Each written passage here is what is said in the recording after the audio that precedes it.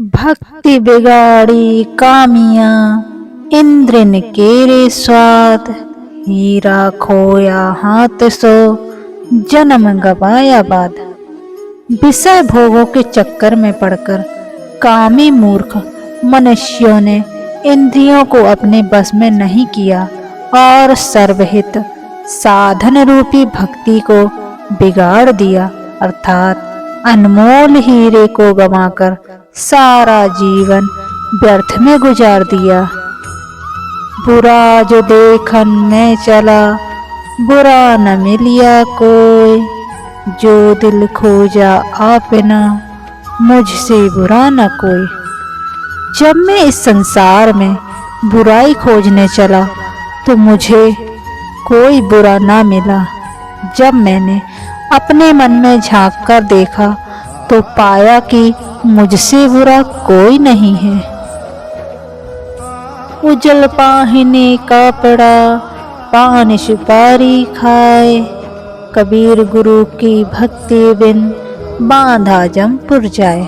सफेद रंग के सुंदर कपड़े पहनना और पान सुपारी खाना, यह पहनावा और दर्शन व्यर्थ है। संत कबीरदास जी कहते हैं कि जो प्राणी सद्गुरु की भक्ति नहीं करता और विषय वासनाओं में लिप्त रहता है, उसे यमदूत अपने पासों नरक रूपी यातनाएं सहना होता है। जब मैं था तब गुरु नहीं, अब गुरु है मैं नाही। प्रेम गली अति साकरी, ता मैं दो न समाहे। जब अहंकार रूपी मैं मेरे अंदर समाया हुआ था, तब मुझे गुरु नहीं मिले थे। अब गुरु मिल गए और उनका प्रेम रस प्राप्त होते ही मेरा अहंकार नष्ट हो गया। प्रेम की गली इतनी सकरी है कि इसमें एक साथ दो नहीं समा सकते, अर्थात गुरु के रहते हुए अहंकार उत्पन्न नहीं हो सकता। क्यों नृप नारी निंदिए, पनिहारी को मान।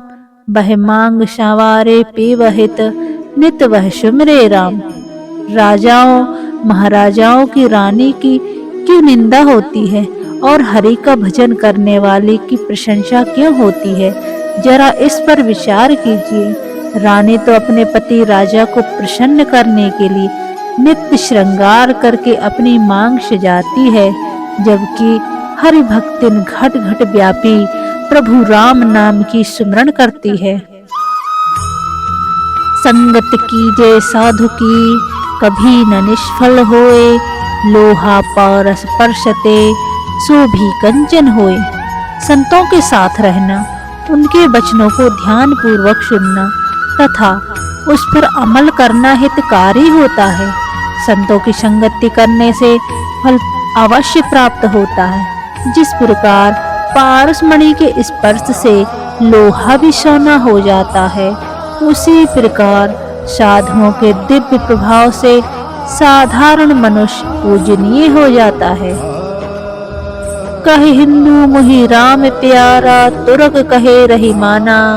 आपस में दो लड़ लड़ मर गए, मरम न को जाना। एक तरफ भारतीय हैं जो कहते हैं कि हमें राम प्यारा है, दूसरी तरफ तुर्क हैं जो कहते हैं कि हम तो रहीम के बंदे हैं। दोनों आपस में लड़कर एक दूसरे को तबाह कर देते हैं, पर धर्म का मर्म नहीं जानते। तन को जोगी सब करे, मन को बिरला कोय। सब सिद्धि सहजे पाइए, जे मन जोगी होए। शरीर में भगवे वस्त्र धारण करना सरल है, पर मन को योगी बनाना बिरले ही व्यक्तियों का काम है। यदि मन योगी हो जाए तो सारी सिद्धियां सहज ही प्राप्त हो जाती हैं। 5 पहर धन ले गया, 3 पहर गया सोए। 1 पहर हरि नाम बिन, मुक्ति कैसे होए। 5 पहर काम पर गए, 3 पहर नींद में बिताए, आखिर 1 पहर में भी भगवान को याद नहीं किया। अब आप ही बताइए कि मुक्ति कैसे मिलेगी। गुरु गोविंदो एक हैं, दूजा सब आकार। आपा मेटे हरि भजे, तब पावे दीदार। गुरु और गोविंद दोनों एक ही हैं, केवल नाम का अंतर है। गुरु का वाह रूप चाहे जैसा हो, किंतु अंदर से गुरु और गोविंद में कोई अंतर नहीं है। मन से अहंकार की भावना का त्याग करके सरल और सहज होकर आत्म ध्यान करने से सतगुरु का दर्शन प्राप्त होगा, जिससे प्राणी का कल्याण होगा। जब तक मन में मैल रूपी मैं और तू की भावना रहेगी, तब तक दर्शन प्राप्त नहीं हो सकता। रात गवाई सोए के, दिवस गवाया खाए, हीना जन्म अनमोल था, कोड़ी बदले जाए। कबीर जी कहते हैं कि रात सोकर गवा दी और दिन खाने पीने में गुजार दिया।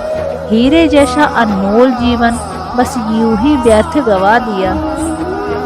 चिंता ऐसी डाकिनी, काटी करेजा खाए, वैद्य बेचारा क्या करे, कहाँ तक दवा खवाए। चिंता ऐसी डाकनी है जो कलेजे को भी काट कर खा जाती है। इसका इलाज वैद्य नहीं कर सकता, वह कितनी दवा लगाएगा।